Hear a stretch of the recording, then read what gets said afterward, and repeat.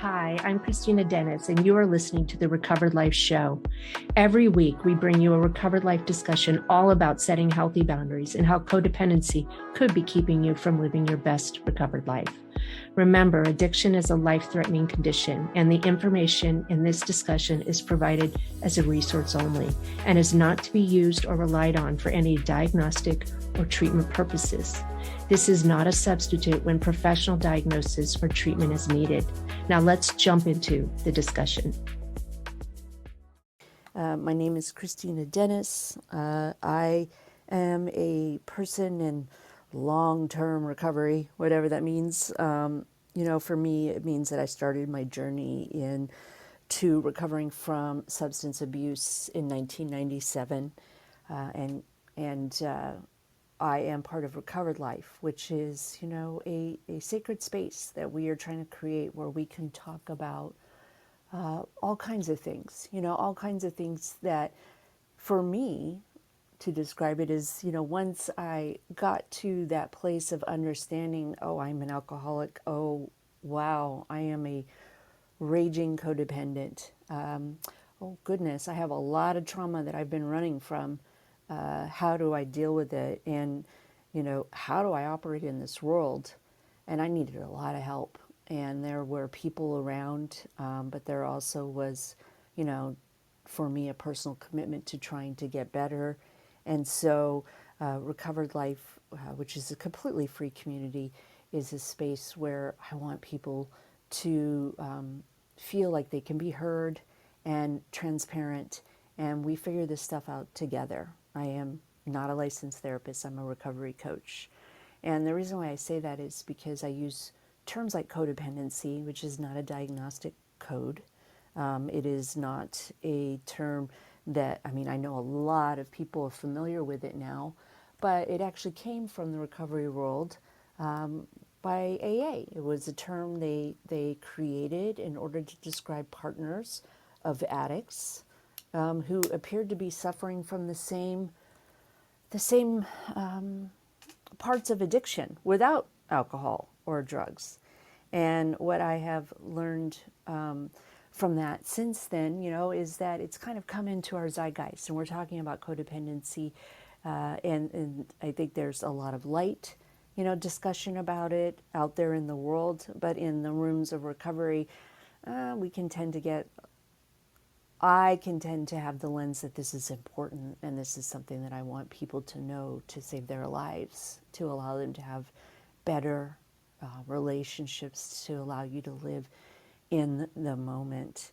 And last night I was listening to a podcast, a really great podcast, not recovery, I don't know, the perspective, it's actually two people in recovery, but they're bringing forward all of these wonderful conversations. And I was super excited about the podcast because the title was Boundaries. And that's something that, I think that the entire world needs and could use. But what I found was that it was kind of still more face value, still more about semantics, and those are important. We need to be able to say no, and they really addressed, like, it's, you have every right to ask for the lights to be on in your house, and if your partner wants them to be off, they can go to another room. And it was really, helpful, but I didn't feel like it got to, the craving. What I think that our world really needs is to discuss about the pain that happens. And I'm just going to share a little bit about my current situation, something that I just went through. It's tender, but I think it's important to share to people for you or for anyone to be able to understand that I see the pain and there is pain attached to it. And it isn't just as simple as just say no to somebody. It isn't your fault if somebody crosses boundaries that you've communicated. You're not responsible for setting better boundaries. There may be a little bit of it in it, but it's just not a black and white issue. And so I came in and I'm coming in today to see if what I have to share will help. And I hope everybody will feel comfortable. I try to create as safe a space as I can, but it's up to you to determine if it's safe for you. So a quick note before we get into it. This is rebroadcasted as a podcast for others, and it is on the replays. So please decide for yourself what works best. And as always, my intention is to create safety. And so if for whatever reason someone is in a place where they can't be respectful, they will be removed. But moving forward, real quick, I want to ask if anybody down in the listening lounge has the space to maybe be a backup mod with me in case my technology fails me. So if anyone, oh good, Teresa's willing. Thank you, Teresa. Come up, have the little green moniker, and that will help me know that. And I'm going to mute you real quick, Teresa. Thank you so much. So, what I want to share about is a recent situation that I had in my life. And it's a constant, you know. We've had plenty of rooms about how stressors don't go away. People, you know, boundaries are consistently needing to be set. You know, my story is such, I found out that I really needed to address my codependency 2 years into my sobriety because I was absolutely addicted to a fellow addict who had no interest in addressing his sex addiction. And I thought and felt like I was going to die. You know, the one thing that helped me live with that kind of acting out behavior had been removed, alcohol. And so I had to get help stat. But when I went into that room to help my partner and to figure out what I had to do to get him to quit looking at porn, I discovered that every relationship, that who I was codependent to the core.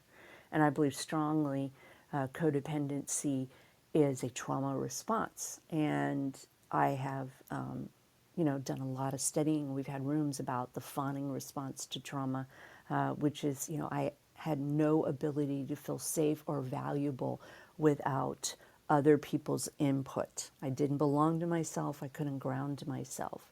And so I've done a lot of work on that. It meant that I had to start discovering who I was, and I had to start acting as if in the areas of self-love. I had to start making uncomfortable choices and practicing language that said, you know, I don't know what I like. Let me try to figure that out. And I had to be disciplined in searching for, you know, that belief. And it also meant I had to review trauma with a specialized person. I had to go back and just see and feel some of the unprocessed trauma where I froze as a child and just did what every child will do, made it about me. It has to be something that I'm doing wrong. And so it was painful. It was a painful experience, and it still shows up. And what I want to share is about how that recently showed up in my life. I have a son who is ASD, autism spectrum disorder. He's nonverbal. He has holes in his cognition. You know, he misses something. And one of the things that's incredibly difficult for him is to downgrade or regulate when his nervous system is dysregulated. And in the last 5 weeks, there have been several opportunities and moments where he has laid hands on me. And this is an incredibly painful thing for a mother to share when you are afraid that your son might hurt you. And so, one, I had to do the hard work to accept that I was going to need to speak up and say something. You know, and I'm not talking about setting a boundary with him. It isn't his intention to hurt me. He just can't. Think about an addict who can't put down the drink. They're not trying to hurt you. They just can't yet. And for him, he just doesn't have that option whenever he gets to a certain level. He's 18 years old. He is 95 pounds bigger than me. And when something happens that sets him off, it isn't about him being spoiled. It isn't about him, you know, manipulating. I mean, maybe there's a little bit of that in there, but he literally can't downgrade. And so I brought this to his father. And his father and I are not together because there was no ability on either side of us to manage this stress and stay together. We each had our journeys, and there were many years where I was alone in parenting my son. And so his father takes a bigger role now, and it has opened up my life like I never even thought was possible. And but his father is 6'4" and is bigger than his son. And so sometimes he doesn't have the perspective of what it feels like to be smaller and what it feels like to not have size on your side.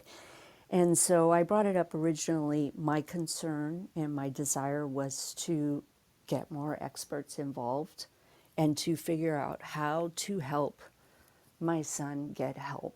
How do I figure that out? Is there more going on? You know, I work very hard on my codependency with my son.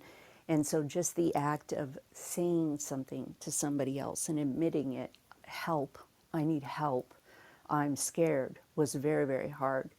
And I have to say that his father responded very kindly. Now, he did respond with his own trauma.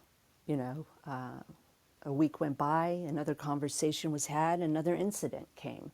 And I had done the footwork to find new psychiatrists and experts to deal with an adult who's on the spectrum, an adult who has, you know, the challenges that my son has, and a professional that has more expertise. And, you know, my thought was if we address his OCD or we address this, you know, this problem, if we're able to support him both through diet and medication, he will live in a safer world. I will be able to be safe. But I was still focusing on my son and forgetting that I deserved the right to be in a safe space, even though I love him more sometimes than I love myself. I'm still working on it. And when I brought it up a second time, his father was charged and his trauma came up. You're saying something's wrong with him, you know, you're saying he's not okay. And his fear showed up and he shared it with me, but it really was veiled in a kind of time frame that was stalling. And the end result was I didn't feel heard. And I was angry. Oh my gosh, I was so angry because I wasn't being heard. At least that's what I felt like. And so another round of discussions came after we had a doctor's appointment on Monday morning. And in that appointment, I introduced the thought of psychiatric help for my son, support with a naturopathic doctor. And it was really hard for me to do that. It was very tenderhearted to share with someone out there who is a mandated reporter. And his father jumped in and his trauma was all over the place. But at that time, I was terrorized because I felt so unseen. And I had to take Monday kind of off from my job. I had to choose me. I had to decide I wasn't going to send out a newsletter. I wasn't going to put other people's maybe wants, I don't think their needs ahead of mine. Like I didn't have a choice. And as a codependent, this happens. You know, if you're faced with something, adult children of alcoholics, we're faced with something that puts us in that trauma trance. It's really, really hard to walk yourself out of that. And so Monday, I did what I needed to do to just survive. And Tuesday, his father called me to talk about it. And because I had done some processing on Monday with friends who pointed out to me that it was my right to be able to live in a safe environment and that when I said, I don't feel safe and I'm scared, the people around me, who are also responsible for my child's behavior in some ways, needed to step up. And once again, this was a situation where his father's trauma was outweighing my trauma in some way. And I know that might sound cloudy, but I'm still working through it. What I did was I was able to state very clearly, I don't feel heard. And I want you to know how it feels to have to repeat yourself multiple times. And my fear is that he will be out in public and something will happen and people will misunderstand and, i.e., detain him. I think Teresa can understand this. The public doesn't understand what might be happening, just like the public doesn't understand about addiction, right? They just throw a bunch of shame on addicts and automatically say it needs to be, something's wrong with them, and why can't they just stop drinking? And part of that is education. Part of that is what we're doing with Recovered Life, trying to bring the shame out of addiction. With autism spectrum disorder, we do the same thing. We keep educating the world.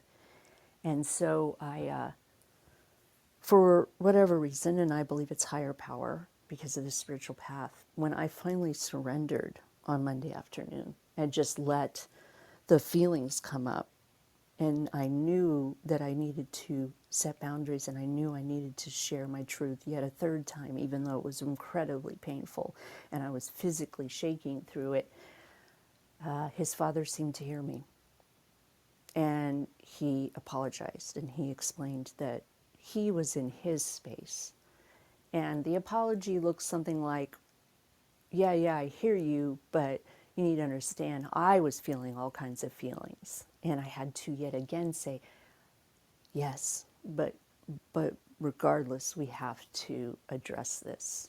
We have to accept this, and we have to move forward. And I felt pretty good after that, even though it was a painful conversation. And then the truth hit me.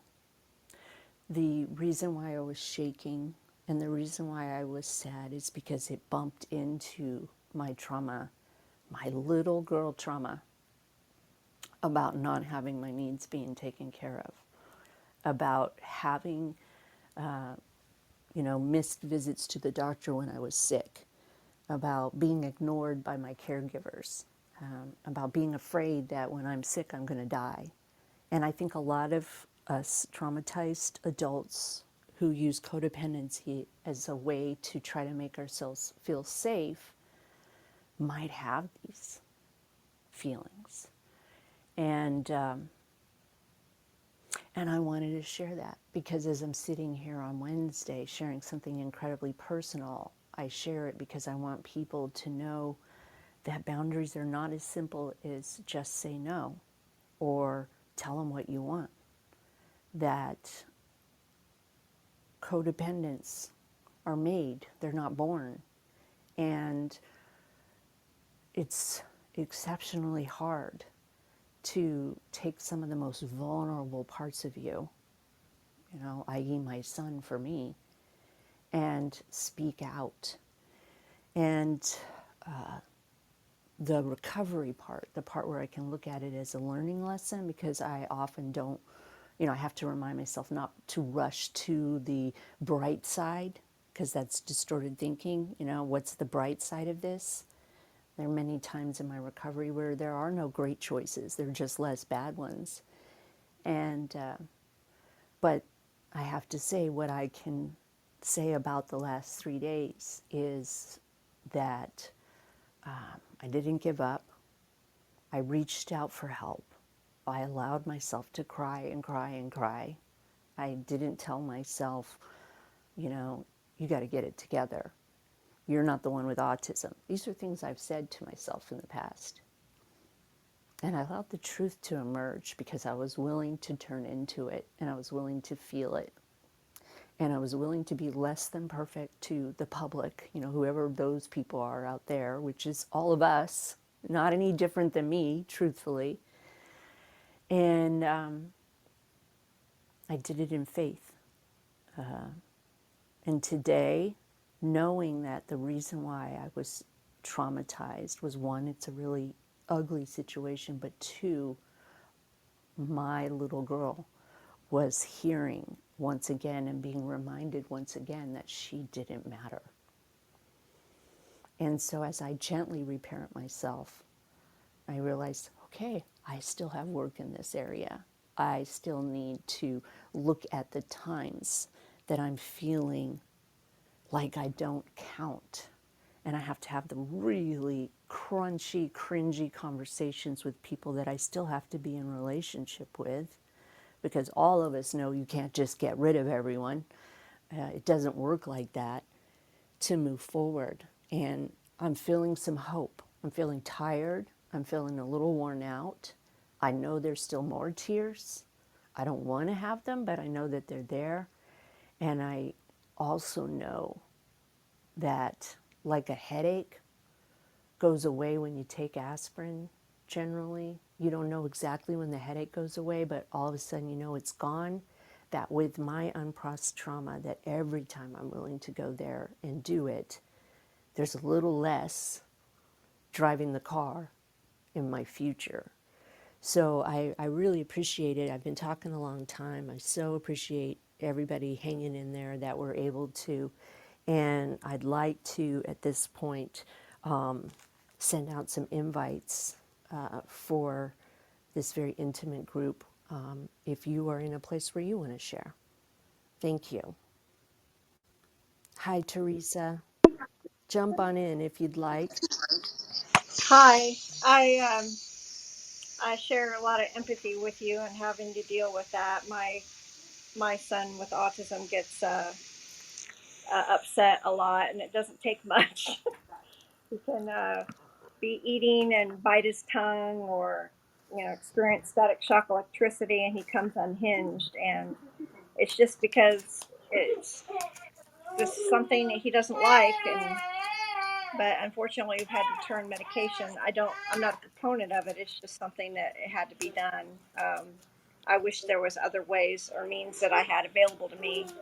um, so I am going to pass it on because I have a little one in the room. Bye. Thank you. Oh, you're welcome. Thank you for sharing. I know you do share a lot of the background that we have together, and it's all about sharing these stories so that we have a world that understands not everything is as it seems, right? Not everything is as it seems on paper. Addicts aren't drinking to hurt us. People aren't crossing our boundaries necessarily because they don't care. And so I think it's important to be able to share these stories. And thank you for being willing to co-mod with me. I so appreciate it. Chelsea, hi, honey. So happy to see you. Hi, I'm glad I could make it. Um, yeah, I was thinking about some of the boundaries that I've set in the last kind of year and a half since I've been on Clubhouse, honestly. And it's funny because like you said, oops, my fan is so loud. It like I have to kind of repeat my boundaries with a few people. And I find that very annoying. Um, and I feel like sometimes I feel why do I have to repeat myself? Um, when I'm setting these boundaries. Um, and maybe it's the way I word it. Maybe I'm not too clear on it. But I don't know necessarily if like I don't know. I don't know necessarily if I should be repeating them. But I know with my mom, I definitely know that I have to, because those uh those run deep and long, I guess. Like when it comes to I stated last year that I did not want her to ask about my dating life anymore, because it was putting a lot of pressure on me.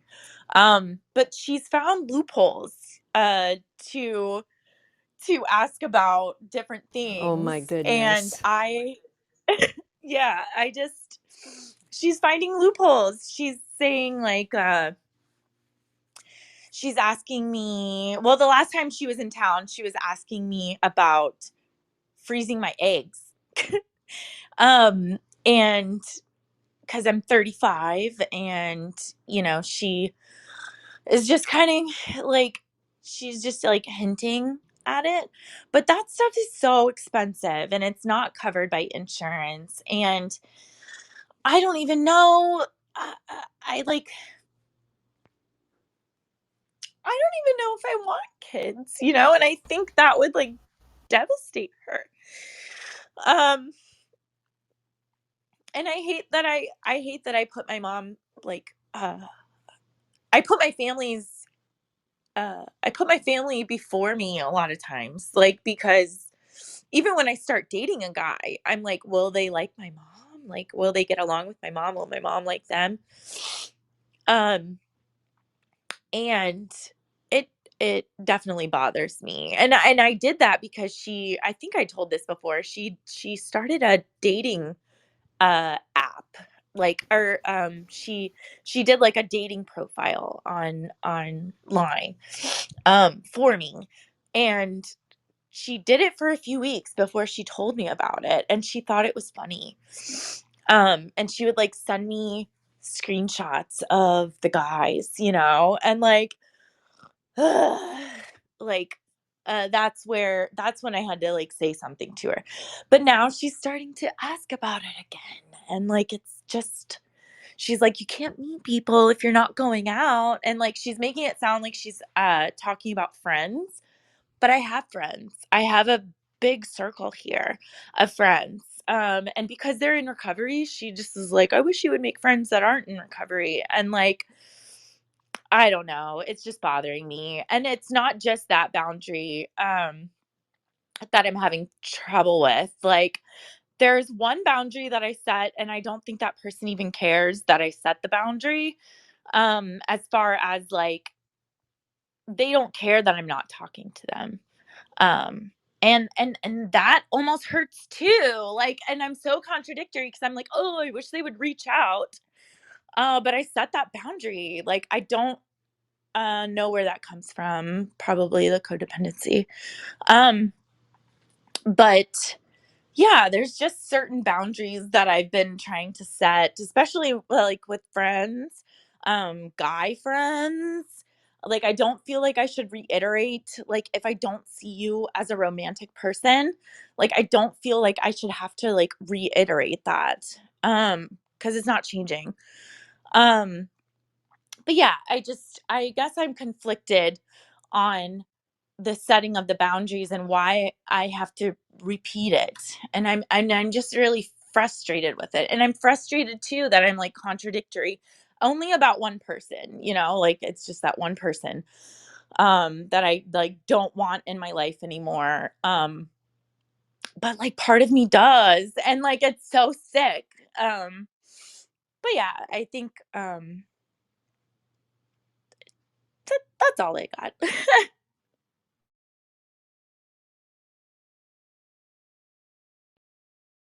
That was a whole lot. And, first, Chelsea, I want to say I recognize the work that you do. And you're definitely one of the people that I know who turns toward hard things. You don't run away from them. And that is an act of courage that deserves to be paid attention to. And when you first started your share, you talked about, I guess I'm not wording them right. I think this is such a knee-jerk response that those of us who have those addicts, maybe. I mean, I'm not sure. I hate to say generalizations, but I think it is so easy for us to take responsibility for the fact that the other person couldn't hear what we had to say. And those conversations are incredibly difficult, you know, and sometimes, and I know you work with somebody very closely, so I know you're in good hands, but sometimes we need somebody else to be like, no, you've said it enough. Now this person is choosing to actively cross your boundaries. But the parent stuff is a whole new level. It's a whole new level. And it is so hard when somebody you care deeply for is pushing their trauma onto you. They're pushing their agenda and their idea. And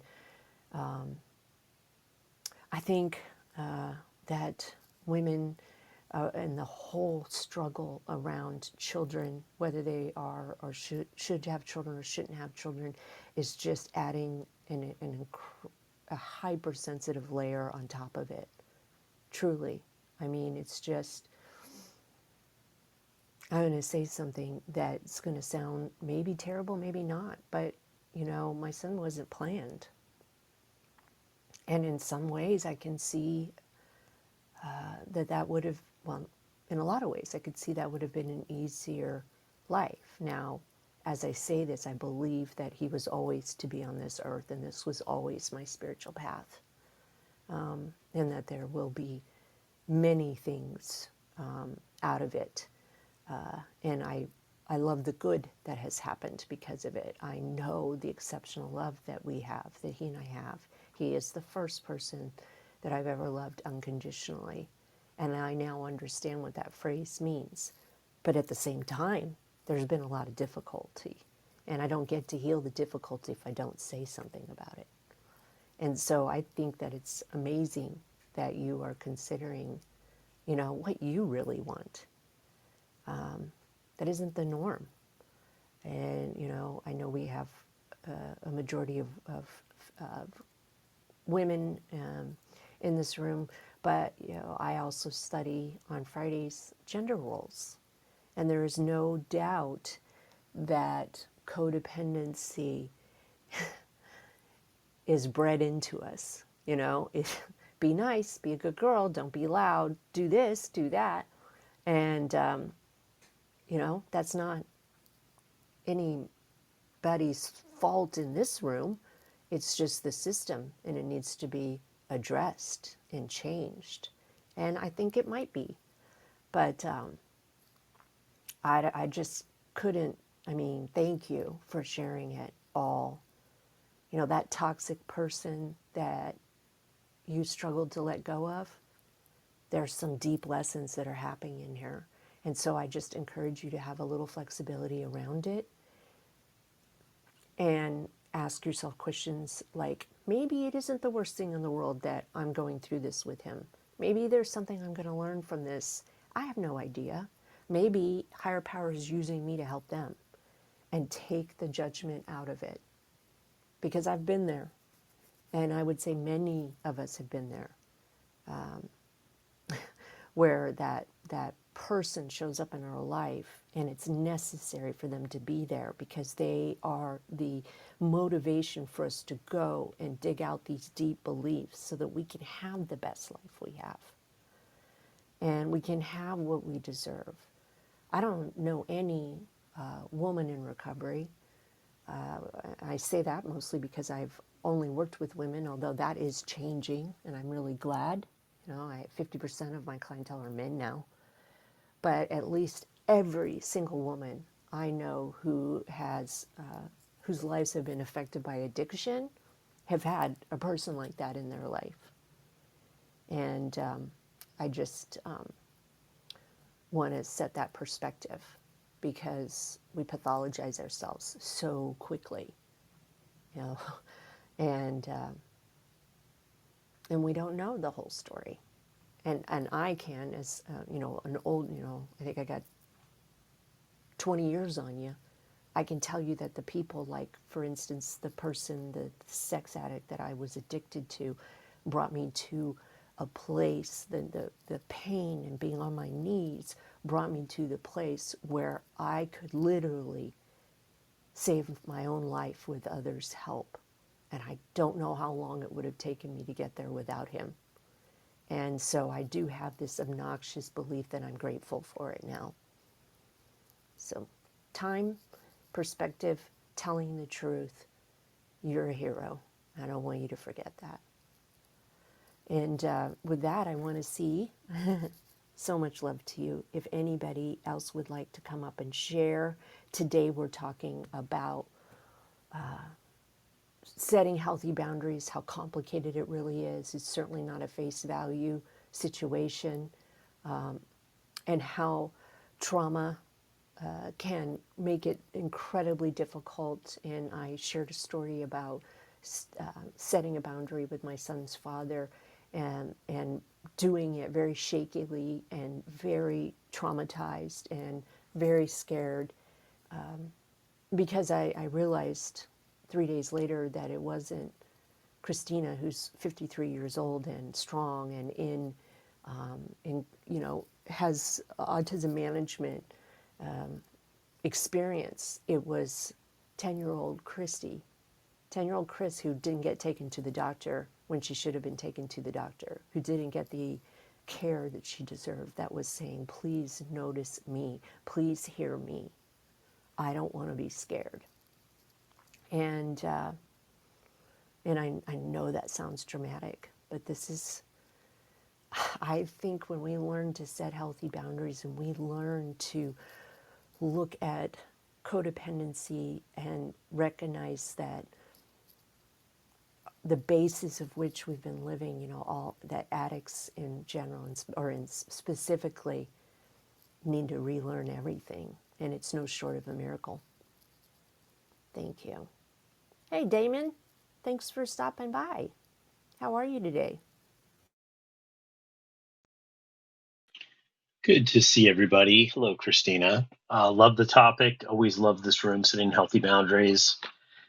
Such a great overview. Sorry, I was a little late to the room, but I love it. I love it. I love everything that you're saying, and I think it's just an exercise in faith just to keep going.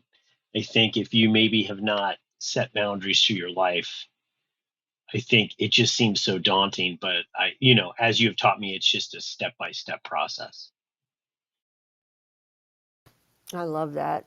And I have to say that it's Damon and I work together in Recovered Life. We have a joint coaching package, and it has been very healing for me to work with men and to discover that they have some of the same things going on. That this is a human condition, to live and to heal our trauma.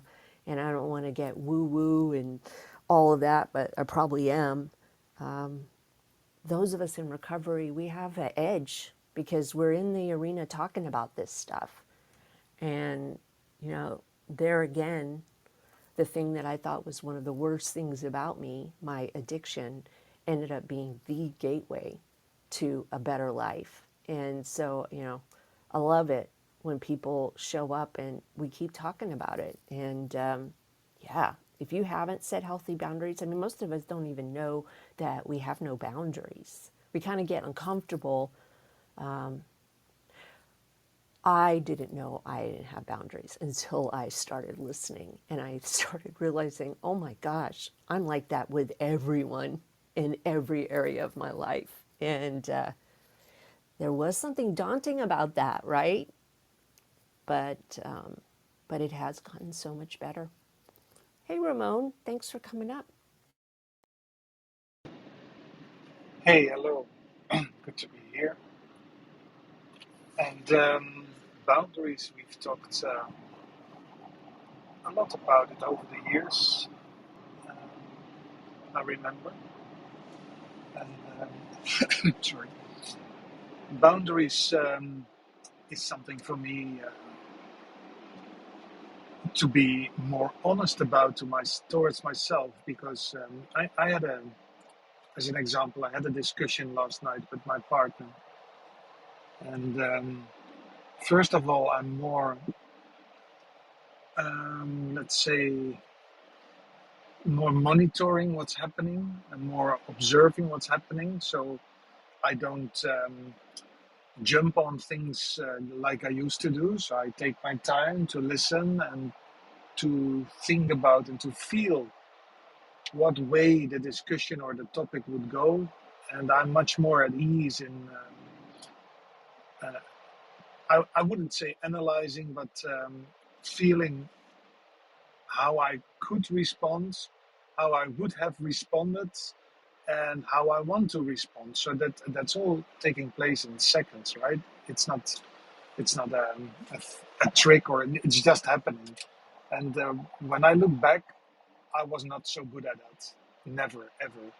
And now today, I can say I'm getting I'm getting to understand how things may work for me. And when I hear about setting boundaries and understanding what that means in my own circle, I must admit that it's getting better.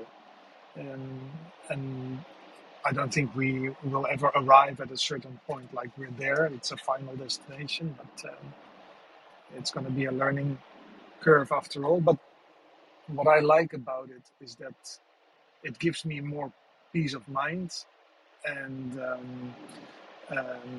it also involves acknowledging me, because I used to flee quite easily. If things could end up out of my control, um, me not being able to set any boundaries, I would either flee or get angry, or not able to handle it in, I would say, in a proper way, if there's a proper way. And now I must really admit to myself that it's getting better, and I kind of I'm kind of happy about it. And I always try to visualize things for myself and trying to explain to myself or to others. And for me, it's I when I look at a pool in the garden, um, it can be this well-shaped pool. In the pool, you see the sides, the curbs, or whatever you call them, the garden, the grass, the plants, the flowers. And then there's this infinity pools kind of stuff that you see often in nice places or hotels. And for me, setting the boundaries is like that. I kind of like the infinity pools, but it's not really clear where the boundaries are. It may seem really cool, but it's really tough to recognize the boundaries. And I used to be like that. And if something would happen that was out of my control, it would just go over the edge, and that would be it. Now it's more clear to me. There's better lines. There's better shapes. I feel much better what's going on, and that's interesting for me in my learning curve to observe that. And I just wanted to share that when I heard and jumped into the conversation. So thank you for letting me share. Oh, thank you. I love that visual. And, I learn a lot with visuals too. When I consider, I'll see myself grabbing, the package and running out the room and realize, okay, I'm in fight or flight, and I'll be able to visualize myself going and sitting down. But that infinity pool, yeah, that's kind of what we get sold, right? That true love or real love is there is enmeshment, and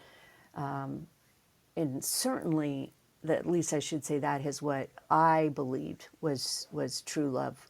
Was there's no ending of me and no beginning of you. We're just one person together, and recognizing that isn't healthy took me some time. There's this phrase that I read in a book this week that I think it's so powerful. It's like when I was trying to sell casual to myself, it meant I was trying to distort myself. I was lying to myself, because I don't know when being casual became this kind of idea in my mind. Don't let it hurt you. It's no big deal. Hey, why are you so hysterical? I definitely, spent a lot of time calling out my own behavior and saying, okay, wait a minute, what is it that I'm saying or not saying that this person doesn't have a clue that they're hurting me? And I also love that you talked about how you could see your progress, and that it does take, you're not sitting there go, wait, we need to stop this conversation because I need to go back and, write this out. But in the beginning, it might take that. I mean, that's certainly, it took me that to do with a lot of writing and doing a lot of investigation and listening to other people's stories and being willing to not know the answer, so that I could get a new perspective. And I always say recovery is like a new language. And so you're going to know some phrases in the beginning. You're going to be able, within, 6 months, you'll be able to kind of talk in it. You'll be able to kind of understand stories. But you have to keep going, because the final stage of actually having a second language, which I think recovery is for me, is thinking in it.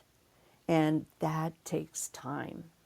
That takes commitment to learning. And I just so appreciate your willingness to come up and share from your perspective. And I'm glad. I'm really glad. We need to share the stories about how it gets better too, because it has gotten so much better for me. And many people that I work with, many people that show up here, share those stories of like, wow, I took care of myself, and I now have people around me that are, they have an interest in me doing well too. And so I'm really, really grateful. I'd love at this point to see if anybody who's in the listening lounge would like to come up and share. Teresa, did you want to respond or something? I have to share, and I shouldn't have this response, but sometimes I do. So I work during the day, and my sister was by to change her grandson's diaper and get him dressed. And but she's like, "What are you listening to?" And I said, uh, "Setting healthy boundaries." And she's like, "What are you talking about?" Now, mind you, she does well, with our family. She's the one that's most got her head on straight when it comes to codependency, because the rest of the family is just a hot mess. But she's like, I don't find the need. And I said, "How so?" And she says, "Well, I feel like the meek inherit the earth." And I said, "Oh, so doormat mentality." And she's like, "No, not that. I just wait for the behavior to pass." And I'm like, "Really?" I said, "How's that working for you?" And she says, "I think it's working quite well." And I'm like, "Okay."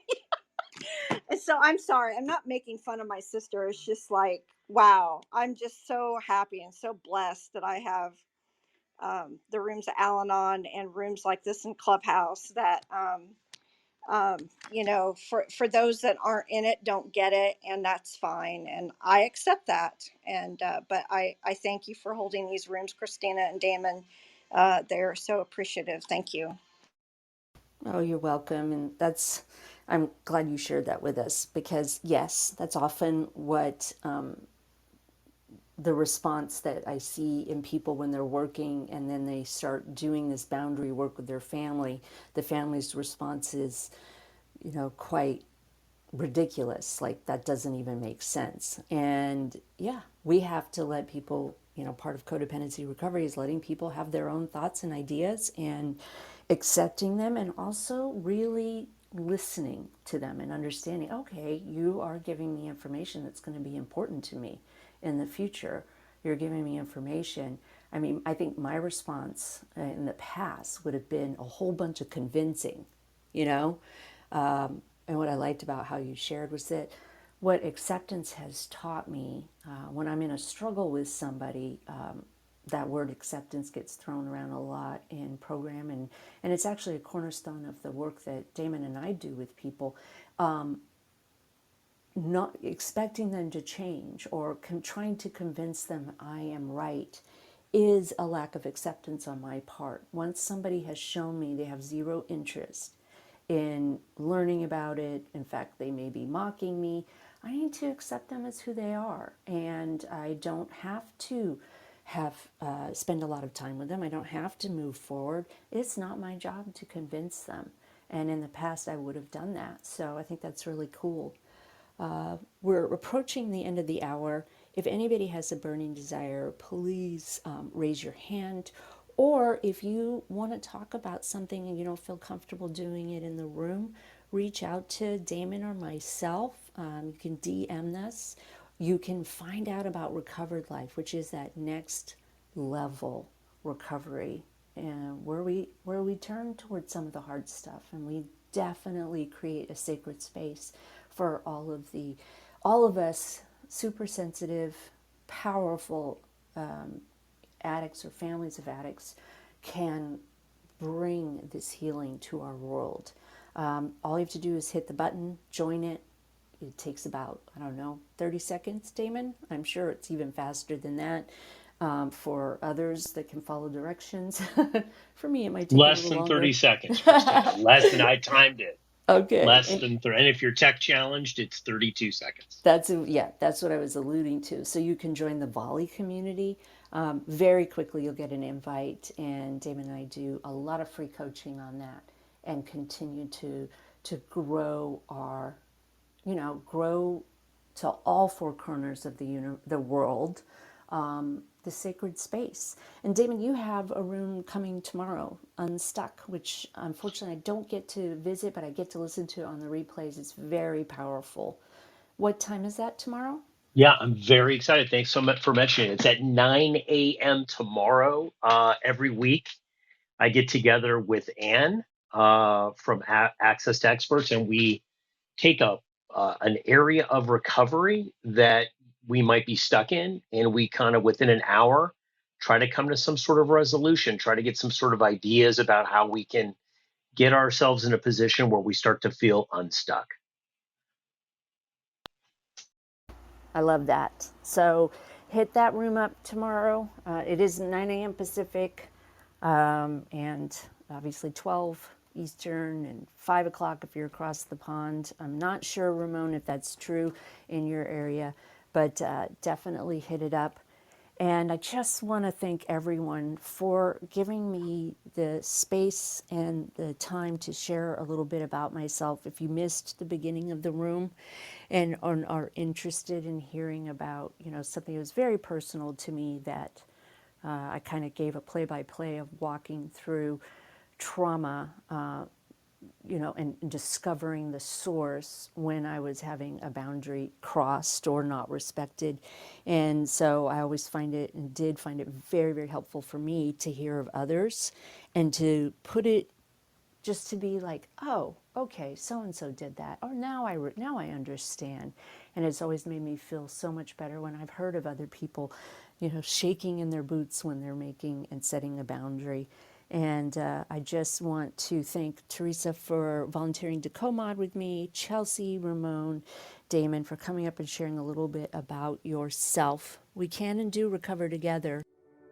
Keep the conversation going. Join Recovered Life, a community of like-minded people who are looking to live their best recovered lives. Membership is free, and you can apply at recoveredlife.us.